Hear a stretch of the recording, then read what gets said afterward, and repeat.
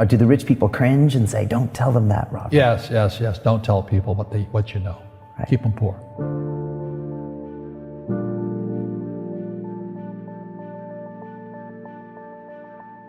The moment I pay you, you think like an employee. The moment you accept the paycheck, your brain goes dead. That's the trap. Entrepreneurs work for free. As long as you're hungry, you'll think. The school system was designed to teach you to be an employee or a doctor or a lawyer, a specialist, but never about money. The poor will always be amongst us because it starts up here.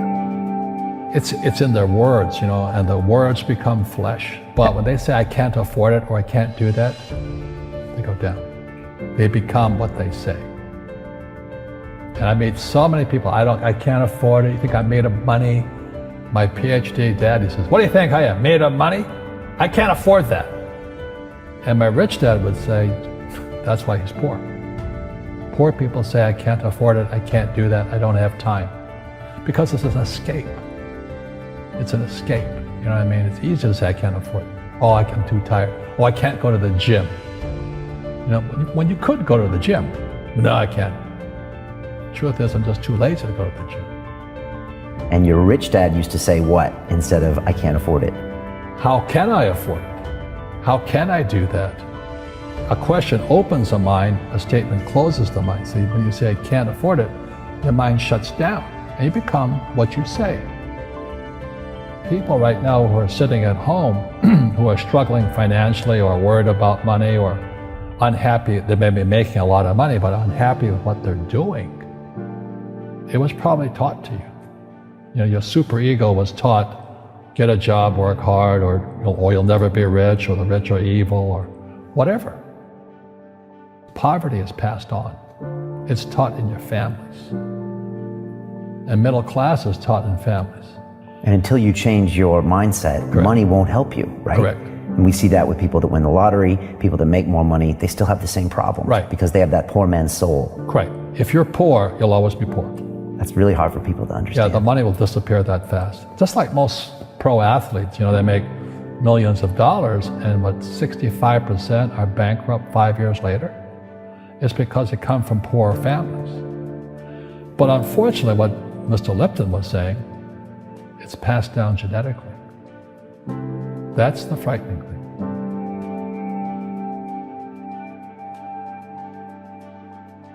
If you don't want to learn it, I can't help you.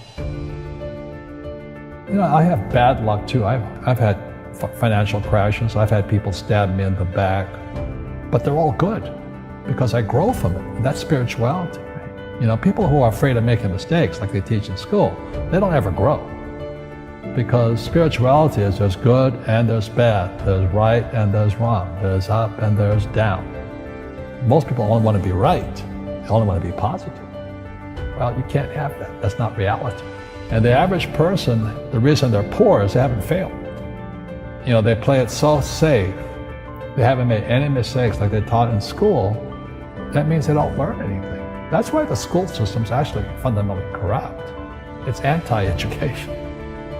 But the average guy is standing there, oh, I'm an A student, I'm going to do this all on myself. And a bunch of rugby players run you over, and you go, well, they're not playing fair. You're playing stupid. You should have a team. You should have accountants, attorneys, and bankers and all that stuff. But that's not the game I want to play. I said, then don't play the game. The game of business is played with accountants, attorneys, bankers, hate to say it, politicians.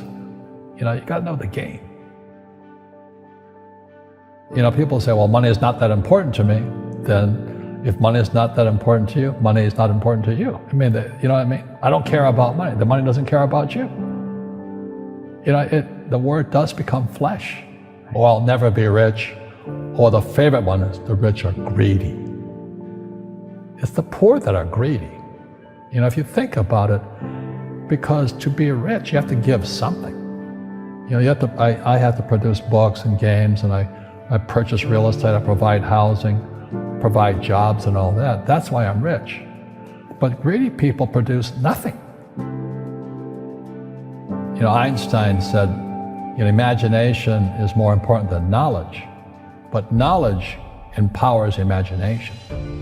And what most people lack is real business knowledge, like accounting, like debt, like taxes. You got to know that stuff, but they don't teach it in school to anybody. You see, most teachers in school, they're out of ethics. They teach subjects they themselves don't practice. Because I understood what a fake teacher is. A fake teacher is somebody who just wants a job and they'll teach anything. They teach how to shine shoes, you get paid on more money.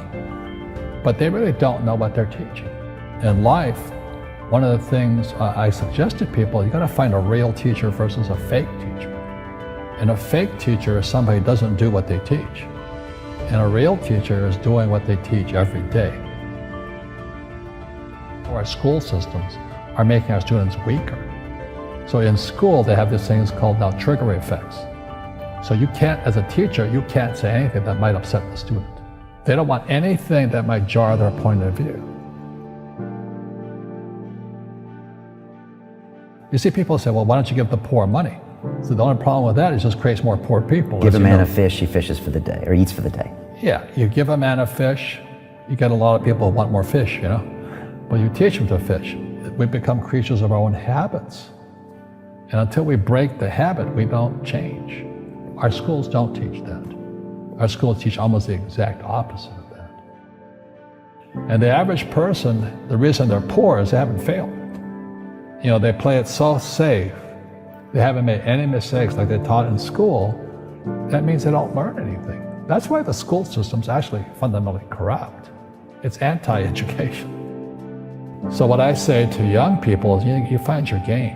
So my game financially is business, number one. Second is real estate. And that's why I pay no taxes. That's why Trump pays no taxes. Legally, it is a combination of business and real estate that gives us an unfair advantage over employees because they don't know what to do. And a lot of people would rather sit in the stands than be in the game. One of the greatest ways to acquire great wealth is playing Monopoly in real life. 4 greenhouses, 1 red hotel. But is that all there is? That's it. Robert, if I could give you some kind of a magic phone and you could make a call to the 20-year-old Robert Kiyosaki and give that young man a bit of advice, what would you tell him? I would just say keep going. Just do what you have to do. Just live it to the fullest, which I did. Nothing I ever did made sense. Could you imagine quitting a $120,000 a year job for $200 a month to go fight in Vietnam and almost die? It didn't make sense, but it was the best decision I made at that time. And I think what most people do is they let their parents or their friends talk them out of life. So afraid of failing. But failing is how we succeed. You look at guys like Edison and all that. They failed like 1,014 times before he invented the light bulb. Our schools punish you for making mistakes. And that's why we have so many people who are so afraid of admitting they make mistakes or afraid of failing.